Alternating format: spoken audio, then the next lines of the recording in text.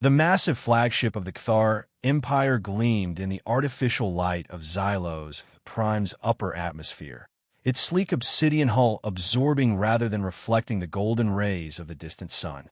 Fleet Commander Lyra Vale stood on the command deck, her tall, slender form motionless as she studied the verdant moon below.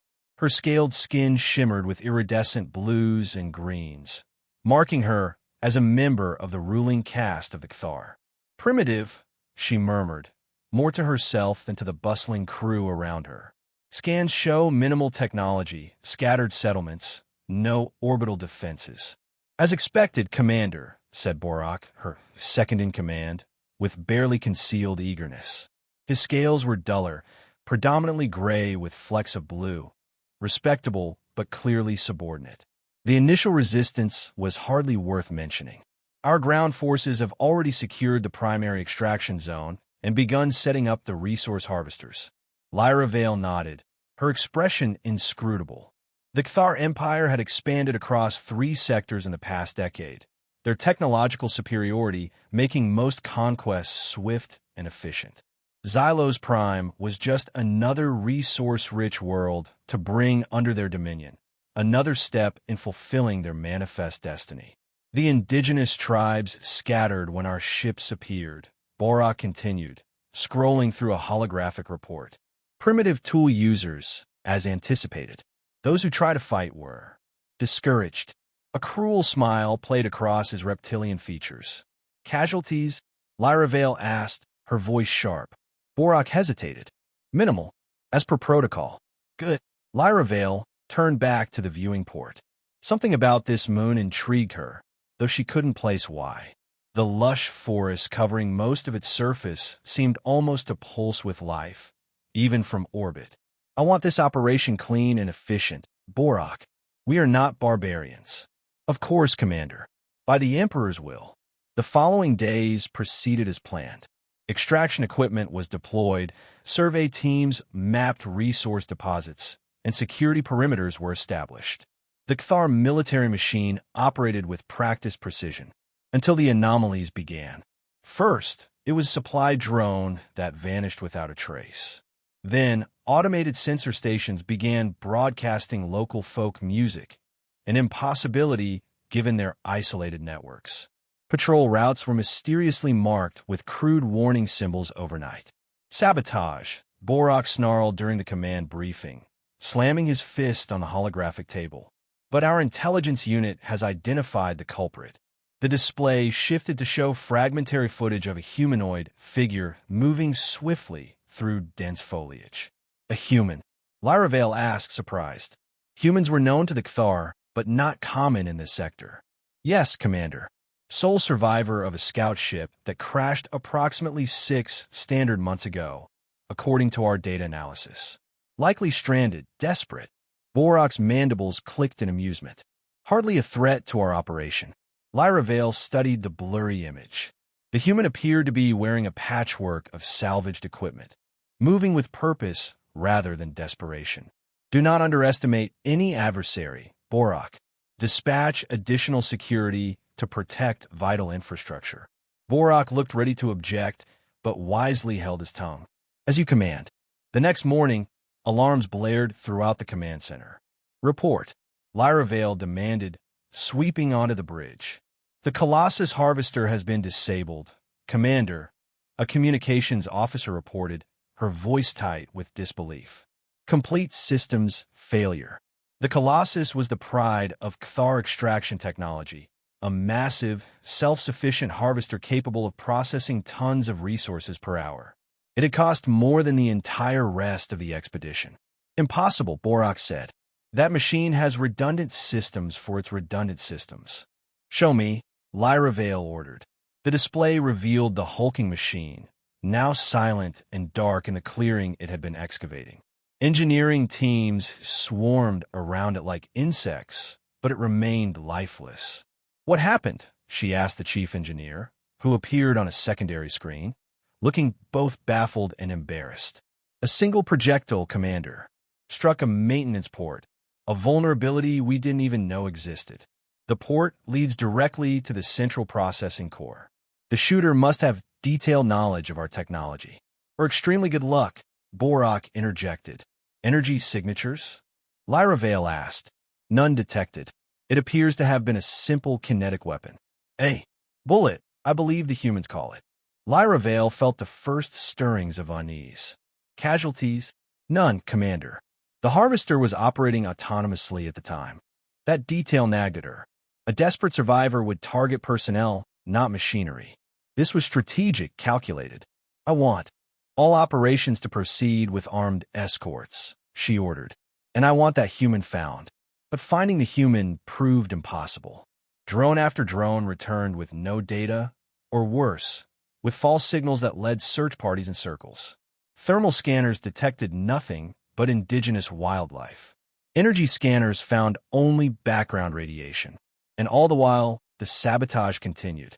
Communications systems were rerouted to broadcast cooking programs from the Cathar Cultural Archives. Hover tanks became entangled in complex webs made from local vines and stolen Cathar optic cables. Patrol squads reported temporary blindness from high-intensity light flashes, synchronized from hijacked signal beacons. And still, not a single casualty. 2 weeks into the operation, tensions in the command center were palpable. Borak paced like a caged predator, his scales flushed with angry crimson patterns. This is unacceptable, he hissed. One primitive human making fools of the entire Cathar military. I demand we initiate orbital bombardment of suspected areas.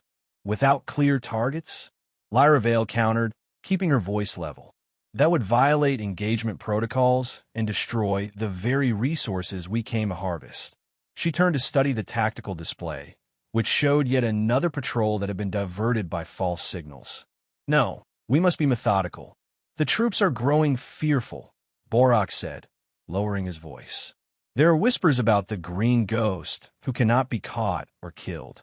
Superstition is spreading. Lyra Vale had heard the rumors too.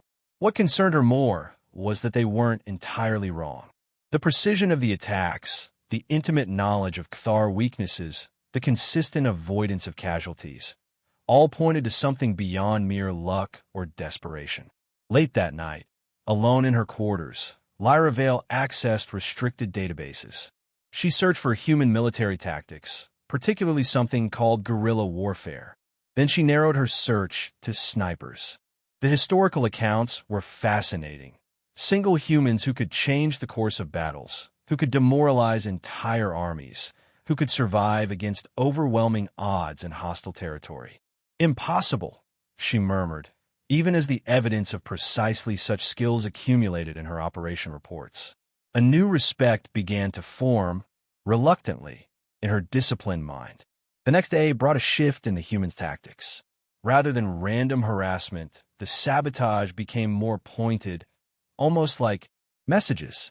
Weapons systems on vehicles were disabled, but life support remained untouched. Patrols were diverted away from areas that, upon later inspection, contained elaborate shrine-like structures, clearly sacred to the indigenous population.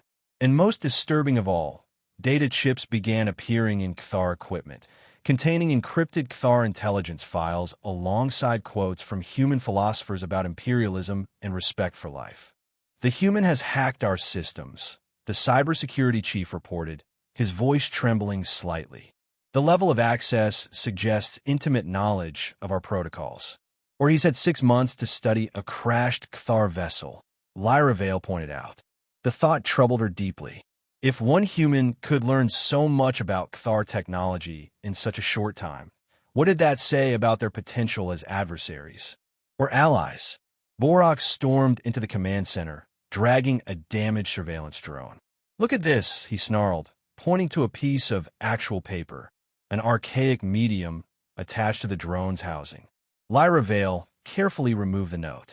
Written in precise Cathar script were the words, "Talk, or continue losing expensive toys. Your choice." It's a trap, Borak said immediately. The human knows he cannot win directly, so he seeks to manipulate us. I recommend we increase our offensive operations. Show this primitive what real power looks like. Lyra Vale stood silent, the note in her hand. Everything in her training told her that Borak was right. that showing weakness to an enemy was unacceptable, that Cthar dominance must be maintained at all costs. But something deeper, perhaps the same instinct that had made her a successful commander, suggested another path. "Stand down active patrols in Grid Sector 7 Alpha," she said suddenly. "Commander?" Borok's mandibles clicked in shock. "And prepare an open-channel broadcast, unencrypted, addressed to the ghost of Xylos. I am offering a temporary ceasefire for dialogue." "This is outrageous." Borok's scales flushed nearly black with rage. "We cannot negotiate with a saboteur." "I'm still Fleet Commander." Lyra Vale cut him off, her voice cold. "And you would do well to remember it. Execute my orders." For 26 standard hours after the broadcast, silence reigned. No sabotage, no patrols, no communication. Borok took the quiet as evidence of either the human's cowardice or worse, preparation for a larger attack. Lyra Vale simply waited. When the response came, it surprised even her. A complex encrypted signal reached the flagship, using an encryption algorithm that was a hybrid of Cthar military code and something entirely foreign. It accepted the offer for negotiation, but with specific conditions: a clearing in neutral territory, Lyra Vale alone or with one unarmed aide, no energy weapons, at a precise time the following day. "It's suicide," Borok said flatly when she announced her intention to comply. "Even if the human doesn't kill you himself, you'll be completely vulnerable to the wildlife or the elements." "Those are not your concerns," Lyra Vale replied, selecting a cultural and linguistic specialist as her companion rather than a soldier. "Your concern is maintaining command in my absence and ensuring no Cthar forces come within 5 kilometers of the designated meeting point." "And if you don't return?" Borok asked, his voice dangerously quiet. Lyra Vale fixed him with a hard stare. "Then you will assume command and proceed according to protocol. But know that any deviation from my orders while I live will be considered treason against the Empire." The meeting location was a small clearing in a less dense portion of the forest, dappled with golden light filtering through the canopy. Lyra Vale and her aide arrived precisely on time, unarmed as agreed, though both wore the standard protective field generators that were integrated into all Cthar officers' uniforms. They waited in silence for several minutes before a voice spoke from the shadows. Impressive punctuality. The Cthar are nothing if not precise. The human who stepped into the clearing was not what Lyra Vale had expected. Older than the average soldier, with lines etched deeply around his eyes and mouth, he moved with the quiet confidence of experience rather than the swagger of youth. His equipment was indeed a strange hybrid of salvaged Cthar technology and worn human gear. Most notably, he carried a long weapon that appeared entirely mechanical. No energy cells or power sources visible. "I'm Jax," he said simply. "Thank you for coming, Commander Lyra Vale." "You know my name?" she observed. A slight smile crossed his weathered face. "I make it my business to know who I'm dealing with. Just as you've no doubt been researching human snipers since you realized what you were facing." The accuracy of his assumption unsettled her, but she maintained her composure. "Why have you requested this meeting?"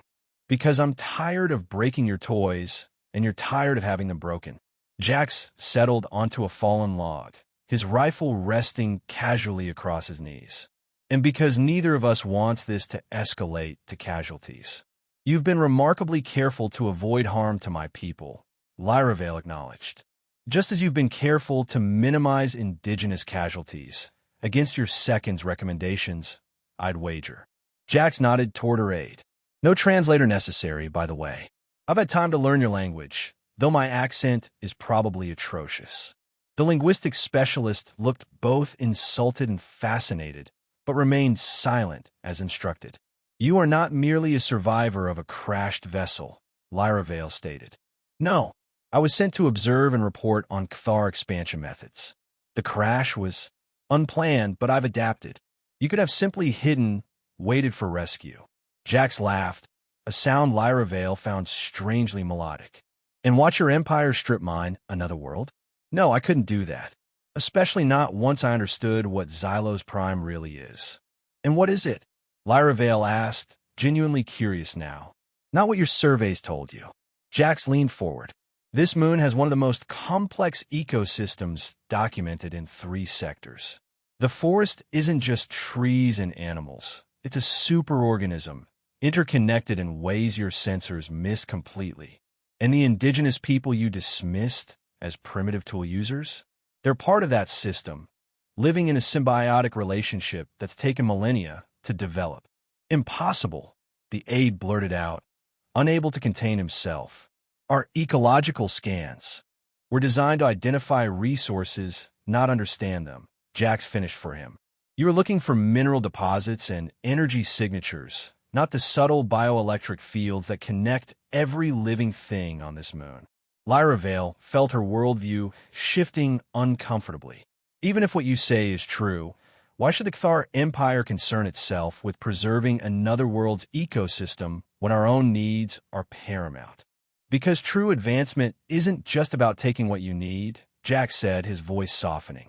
It's about understanding what you don't know, recognizing intelligence that doesn't mirror your own, and growing through cooperation rather than conquest. The word struck Lyra Vale with unexpected force.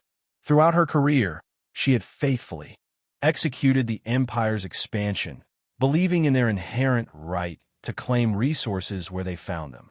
But she had also always insisted on minimizing collateral damage, on maintaining the disciplined approach that separated civilization from barbarism. Was there another step in that evolution of thought? Your empire isn't the first to expand through conquest, Jax continued. Humans have a long, bloody history of the same. But we've learned, or some of us have, that the greatest discoveries come from cooperation, from exchange rather than extraction. Pretty words, Lyra Vale said, though without the dismissive tone she had intended. But they don't change the Empire's needs or directives. No, Jax agreed. Only you can do that. Before Lyra Vale could respond, a subtle vibration rippled through the clearing. The air seemed to shimmer, and suddenly, where there had been only forest, sleek vessels appeared. Vessels unlike any Cathar design, yet clearly advanced, with living components integrated into mechanical structures. What is this? Lyra Vale demanded, rising to her feet, her aide doing the same beside her. The real reason I asked you here, Jack said calmly, remaining seated. I'd like you to meet someone. From the largest vessel emerged a figure that moved with fluid grace. Taller than even Lyra Vale, with skin that seemed to shift colors with the dappled light, the being approached without hesitation or fear. Lyra Vale somehow knew, wore simple garments that seemed to grow from her body rather than being placed upon it. Fleet Commander Lyra Vale, Jax said formally, may I present Elder Nema of the Xylosian people. The Elder's eyes were like liquid amber, deep and knowing. When she spoke, her voice resonated with harmonics that seemed to vibrate in Lyra Vale's chest. We have watched you, Commander of the Stars, she said in flawless Cathar.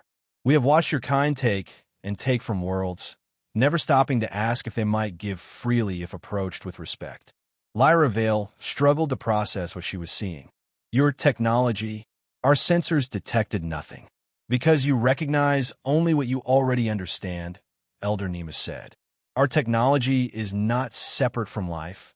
It grows from it, with it. The forest you would destroy to extract minerals has taken millennia to develop technologies you cannot imagine. We've remained hidden, Jax explained, because the Xylosians needed time to decide whether to reveal themselves or evacuate before your harvesting destroyed their world. My activities bought them that time. Lyra Vale's mind raced. If what they said was true, the Cathar Empire had been making a catastrophic error in its expansion, destroying advanced civilizations and technologies they hadn't even recognized. The implications were staggering. Suddenly, her communication implant buzzed urgently. Commander, Borok's voice sounded panicked. We're detecting multiple unknown vessels near your position. Deploying strike teams immediately. Borok, stand down. Lyra Vale ordered sharply. That's a direct order. Maintain your position. I cannot allow you to be captured or compromised, Borok replied, and the connection went dead. Your second doesn't share your capacity for growth, Elder Nema observed sadly. Jax was already moving, his rifle coming up not to fire, but to access what appeared to be a communication device integrated into its scope. His fingers flew over the controls, and he spoke rapidly in a language Lyra Vale's translator couldn't process. "What are you doing?" she demanded. "Using the Cthar command codes I've collected to issue a false emergency order to Borok's ships," Jax explained, not looking up. "Nothing harmful, just a critical weapon system failure alert that will force them to run diagnostics before they can fire. It should buy us a few minutes." Lyra Vale made her decision. "I need a direct link to my flagship now." Elder Nema gestured, and one of the Xylosian vessels extended what looked like a living tendril. It formed a holographic communication interface more advanced than anything in the Cthar arsenal. "This is Fleet Commander Lyra Vale," she said as soon as the connection was established, her voice ringing with authority. "By the power vested in me by the Emperor, I hereby relieve 2nd Commander Borok of duty for insubordination and endangering a diplomatic mission. All Cthar forces are ordered to stand down immediately and return to defensive positions only. I am declaring the Xylosian people to be a sovereign and advanced civilization with whom we will establish diplomatic relations, according to Protocol 7 of the Imperial Charter." Protocol 7 was rarely invoked. It was the Empire's procedure for contact with civilizations of equal or greater technological advancement, requiring peaceful negotiation rather than conquest. There was silence on the other end of the communication for a long moment. Then, orders confirmed, Commander. Strike teams returning to base, awaiting further instructions. Lyra Vale released a breath she hadn't realized she was holding. "Have Borok confined to quarters and prepare the diplomatic team for my return." She closed the connection and turned back to Elder Nema and Jax. "This is only the beginning," she said. "The Empire will not abandon its expansion easily. But it may learn to expand differently," Elder Nema replied. "Through exchange and mutual growth rather than conquest." "You have taken the first step, Commander." Jax was already packing his gear, checking his rifle with practiced movements. "My work here is done, it seems," he said. "Time for me to move on." "The Xylosians can help you contact your people," Lyra Vale offered, surprising herself with the genuine concern in her voice. Jack smiled. "Thank you, but the Xylosians have already offered me passage on one of their long-range vessels. It seems I've earned a bit of a reputation as a useful ally to have in tense situations." Lyra Vale found herself wanting to say more, to acknowledge what this human had accomplished against impossible odds, how he had forced her to see beyond the narrow vision of conquest that had defined her career. But words seemed inadequate. As if sensing her thoughts, Elder Nema stepped closer. The Xylosian's color-shifting skin now reflected hues of deep blue and purple, which Lyra Vale somehow understood to indicate wisdom and respect. "He has taught us much as well," the elder said softly, watching as Jax made his final preparations at the edge of the clearing. "About courage, about standing firm against overwhelming force, about finding ways to communicate across vast differences."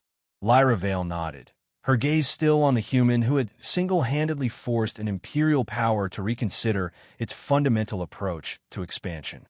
Elder Nema leaned closer still, her amber eyes reflecting the dappled sunlight, her voice dropping to a whisper meant only for Lyra Vale. "Don't ever underestimate a human sniper," she murmured, the words carrying a weight that transcended their literal meaning. Lyra Vale understood then that the lesson went far beyond Jax's combat skills. It was about the resilience of seemingly weaker species, the intelligence that could be found in unexpected places, the power of principles over force, and the strength that comes from being underestimated. She watched as Jax disappeared into the forest, a ghost once more, but this time headed toward a new future rather than continued resistance.